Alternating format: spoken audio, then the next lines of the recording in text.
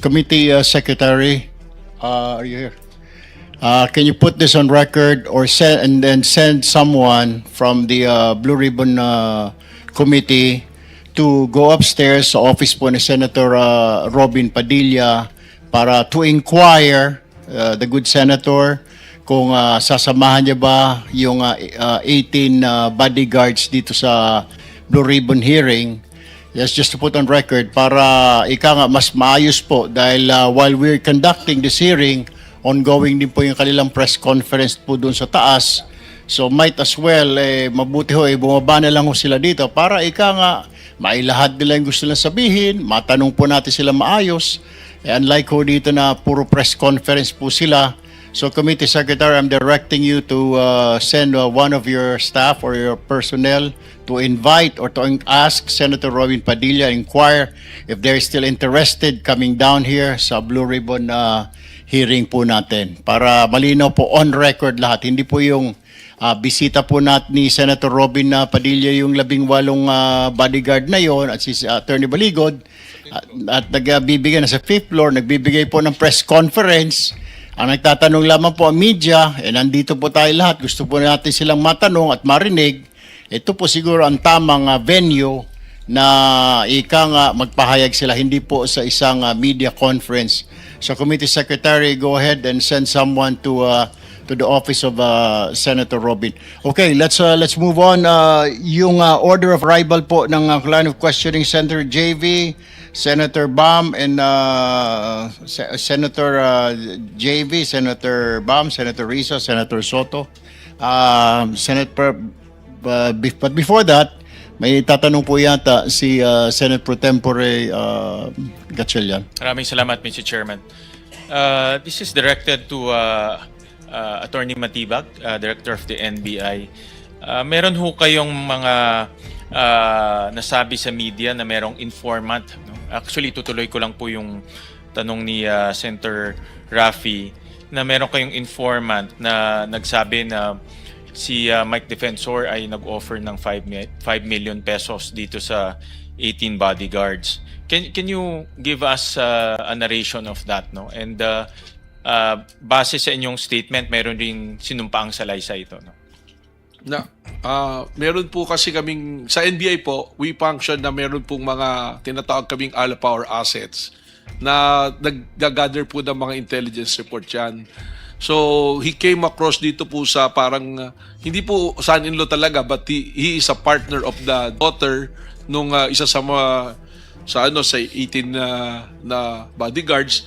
I think siguro for purposes na mas malinaw, pwede ko na rin sigurong banggitin yung pangalan. Total, napadala naman na siya ng nasabi. Actually, tatanong ko nga ano yung pangalan niya. Si Anselmo Taberdo po, yung isa sa Marines, na may anak siya, at partner niya po itong nakausap ng ating mga ahente at nagpahayag po siya ng malayang pahayag, recorded din po ito nung April 28. And I will also submit yung pong parang salaysay niya na kanyang pinirmahan, malayang pinirmahan, na ang sinasabi po rito sa salaysay na itong si Anselmo Taberdo ay isa sa mga doon sa 18 na in-approach ng grupo ni Mike Defensor at pinangakuan ng 5 milyong piso kapalit ng pagsasalita. Ang sinabi, malinaw pa nga po, sinabi mag-a-appear sa media at magkakaroon ng testimonya.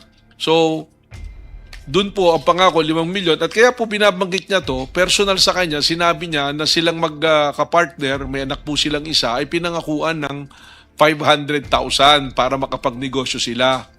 So, ngayon, nung tinatanong yung 500,000, dun po naikwento na ang naibibigay pa lang daw ay 700,000. Pero eventually, bumalik po siya nung May 6 sa aming pong tanggapan para magdagdag pa ng kanyang testimonya at nilinaw niya na hindi pa pala nabibigay talaga yung 700,000, 350,000 pa lang yung nabigay. At utay-utay pa po itong naibigay. So, nung pong magkakaroon ng sila nang nagpatawag dito nung June na yung parang pagdinig po nila rito, we contact itong person na ito to validate ulit. At katunayan, sinusurveillance at sinusundan pa rin naman po namin siya. Kasi nga po, kaukibat nito, nagpadala na kami ng subpoena kay Mike Defensor at kun po kay Anselmo Taberdo para magbigay linaw po dito sa testimonya nitong tao na ito. Yun po yung sinasabi natin, Mr. Chair, na lahat po ng papasok na ebidensya sa amin sa NBI ay binibigyang halaga namin at amin pong sinusundan. Director, can you state the name of this informant? Is it possible na sabihin yung kanyang pangalan? Well, ang pangalan po niya ay si Brent Tragasa. Siya ay 28 years old. Fred Ragasa. Opo, Brent po. And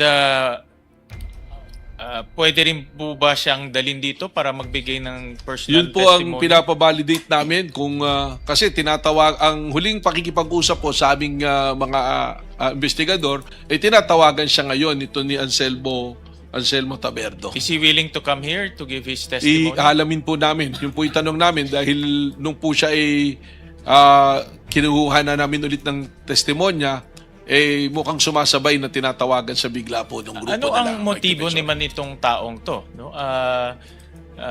Gusto kong malaman bakit siya biglang nagbigay ng ganitong information considering na parang son-in-law siya. Tinitingnan po namin, base sa kwento niya, mukhang meron ng diferensya yung magka-partner at siya ngayon yung may dala dun sa anak niya. So parang may personal reason po na tungkol dun sa kanilang relasyon. At maaari yung isang dahilan ay pinag-iisipan, hindi dumating yung talagang pangako na 500,000 bilang parte dun sa makukuha dapat na 5 milyong piso. Yung parang may because of that personal circumstance, Maaari yun po ang dahilan. nagsalita siya doon. And based on your analysis, itong informant ba is a credible witness? Itong si Ragasa, si Mr. Ragasa. Pag binalidate po yung kanyang personal circumstances at relationship, maaari po talagang napagkwentuhan. Doon na nga po, Mr. Chair, pumapasok yung aming kagustuhan na ipatawag si Anselmo Taberdo at si Mike Defensor para po mas mabigyang linaw yung testimonyang ibinibigay po nitong tao na ito. And base ba doon sa information, na-consummate ba itong 5 million na ibigay ba? Hindi pa po. Lumalabas po rin sa huling statement. 350. 350 pa lang po yung kabuang natatanggap. Pero may mga kwento pa po siya na siya ay yung mga lugar. Kaya po nagkaroon ng credibility sinundan namin. Yung mga lugar na binabanggit kung nasaan yung 18, tumutugma po rin sa kanyang istorya. And nasaan na itong taong to? Is he under NBI custody? Wala po sa aming kustodiya pero alam po namin kung saan siya nakatira. Dati pong nasa Taguig, lumipat po ng tirahan at amin po siyang minamanmanan po. Okay. Naka-surveillance po. And then, gusto ko lang ho rin matanong, itong informant na ito, nag-appear personally sa NBI? Opo, 2 beses po. Katunayan, nung isang beses nagpunta siya, mayroon pang isang media personality na nakapag-cover po sa kanya. At recorded po lahat ang kanya pong pagdalo sa NBI po. Pasabit na lang sa committee rin yung, in confidence, no? I know this is a confidential matter.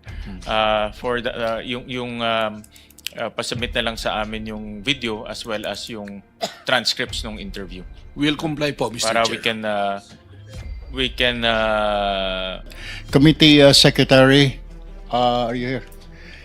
Can you put this on record or send someone from the Blue Ribbon Committee to go upstairs sa office po ni Senator Robin Padilla para to inquire the good senator kung sasamahan niya ba yung 18 bodyguards dito sa Blue Ribbon hearing.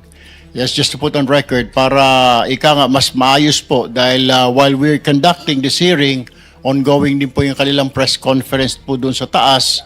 So might as well, mabuti ho, bumaba na lang ho sila dito para mailahad nila yung gusto nilang sabihin, matanong po natin sila maayos. Unlike ho dito na puro press conference po sila. So Committee Secretary, I'm directing you to send one of your staff or your personnel to invite or to ask Senator Robin Padilla, inquire if they're still interested coming down here sa Blue Ribbon hearing po natin. Para malinaw po on record lahat. Hindi po yung bisita po ni Senator Robin Padilla yung 18 bodyguard na yon at si Attorney Baligod. At nagbibigay na sa fifth floor, nagbibigay po ng press conference. Ang nagtatanong lamang po ang media, nandito po tayo lahat. Gusto po natin silang matanong at marinig. Ito po siguro ang tamang venue na ika nga magpahayag sila, hindi po sa isang media conference. So Committee Secretary, go ahead and send someone to the office of Senator Robin. Okay, let's move on.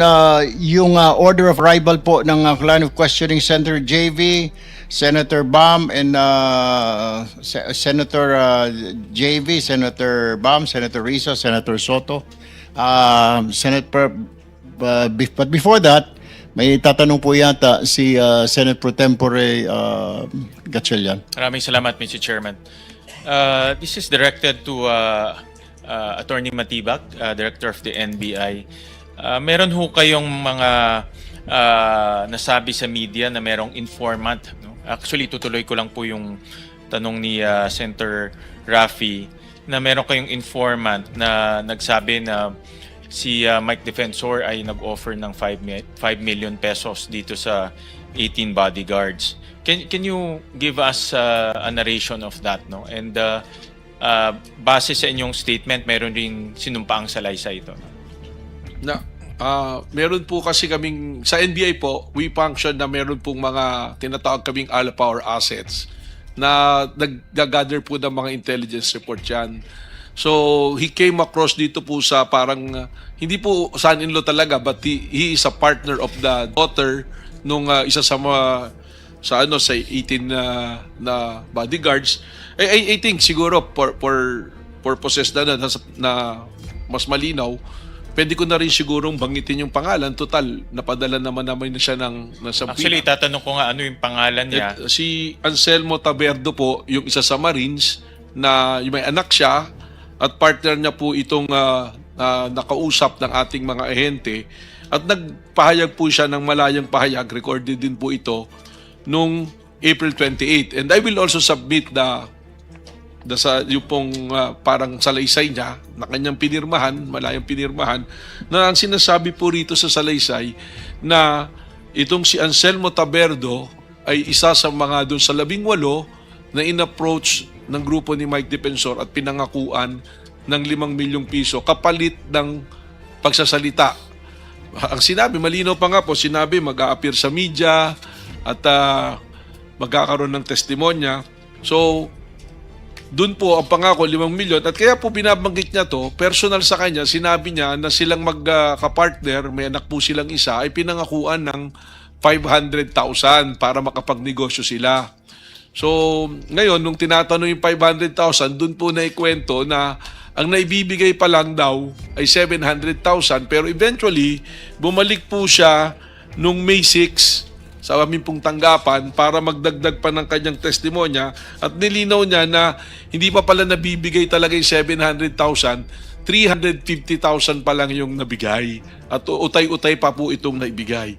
So, nung pong magkakaroon ng sila nang nagpatawag dito nung June na yung parang pagdinig po nila rito, we contact itong person na ito to validate ulit.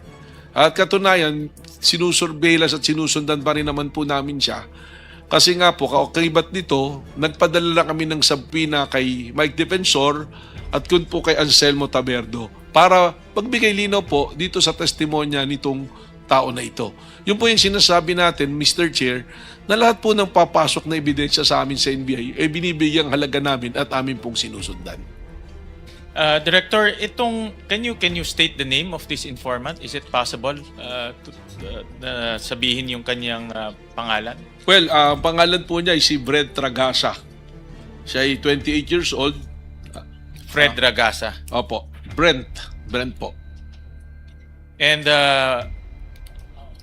pwede rin po ba siyang dalhin dito para magbigay ng personal Yun po testimony? ang pinapabalidate namin kung kasi tinatawag ang huling pakikipag-usap po sa aming mga investigador ay tinatawagan siya ngayon ito ni Anselmo Taberdo. Is he willing to come here to give his testimony? Ihalamin po namin. Yun po itanong namin dahil nung po siya ay kinuha na namin ulit ng testimonya, mukhang sumasabay na tinatawagan sa bigla po ng grupo Ano nila. ang motibo naman nitong taong to? No?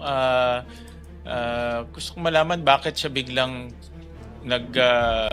nagbigay ng ganitong information considering na parang son-in-law siya.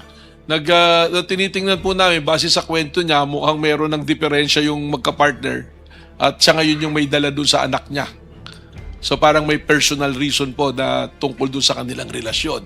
At maaari yung isang dahilan ay pinag-iisipan, hindi dumating yung talagang pangako na 500,000 bilang parte dun sa makukuha dapat na 5 milyong piso. Yung parang may because of that personal circumstance, Maaari yun po ang dahilan. nagsalita siya doon. And based on your analysis, itong informant ba is a credible witness? Itong si Ragasa, si Mr. Ragasa. Pag binalidate po yung kanyang personal circumstances at relationship, maaari po talagang napagkwentuhan. Doon na nga po, Mr. Chair, pumapasok yung aming kagustuhan na ipatawag si Anselmo Taberdo at si Mike Defensor para po mas mabigyang linaw yung testimonyang ibinibigay po nitong tao na ito.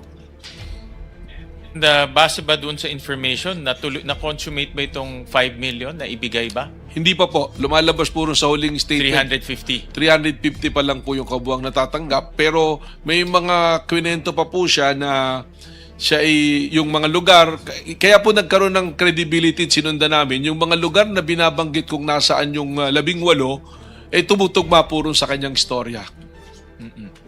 And nasaan na itong taong to? Is he under NBI custody? Wala po sa aming kustodiya pero alam po namin kung saan siya nakatira. Dati pong nasa Taguig, lumipat po ng tirahan at amin po siyang minamanmanan po. Okay. Naka-surveillance po.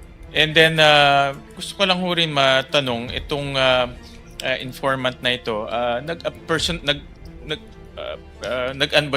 nag-appear personally sa NBI? Opo, 2 beses po. Katunayan, nung isang beses nagpunta siya, mayroon pang isang media personality na nakapag-cover po sa kanya. At recorded po lahat ang kanya pong pagdalo sa NBI po. Pasabit na lang sa committee rin yung, in confidence, no? I know this is a confidential matter.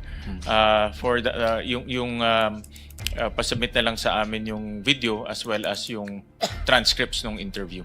We'll comply po, Mr. Para Chair. we can look at it.